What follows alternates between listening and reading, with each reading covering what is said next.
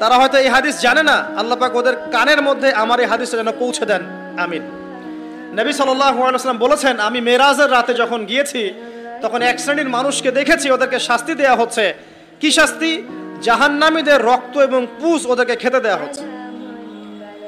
জিবরাইল আলাইহিস সালামকে জিজ্ঞাসা করা হলো যে এরা কারা?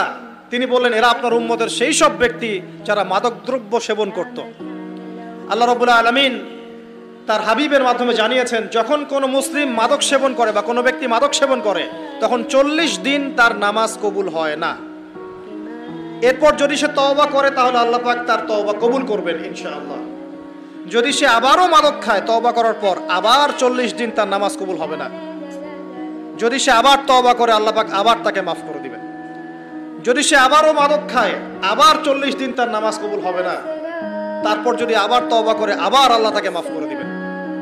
এরপরেও যদি সে আবার মাদক দ্রব্য সেবন করে, নবী সাল্লাল্লাহু আলাইহি ওয়াসাল্লাম বলছেন তাকে আল্লাহ রাব্বুল আলামিন পরকালে মৃত্যুর পরে তিনাতুল খাবাল পান করাবেন। তিনাতুল খাবাল। জিজ্ঞাসা করা হল, ইয়া রাসূলুল্লাহ, তিনাতুল খাবাল কি জিনিস? নবী সাল্লাল্লাহু আলাইহি ওয়াসাল্লাম উত্তর দিচ্ছেন, এটা হচ্ছে জাহান্নামীদের রক্ত, মাংস, এগুলো পুড়ে পচে যে রসটা বের হবে, এটা হচ্ছে তিনাতুল। মানুষ যদি এতটুকু চিন্তা করতে পারে যে আমার প্রতিটা কাজ আল্লাহ দেখছেন, আমার ওঠা বসা, আমার চলাফেরা, আমার রাতের অন্ধকারের গোপন পাপ, আমি মানুষের কতটুকু হক নষ্ট করেছি, কোথায় নেশা করেছি, কোথায় নাউযুবিল্লাহ জিনা করেছি, কোথায় কোথায় নামাজ পড়ি নাই, কোন কোন নামাজ বাদ দিয়ে দিয়েছি, কত কত বছর রোজা রাখিনি, কোথায় সিনেমা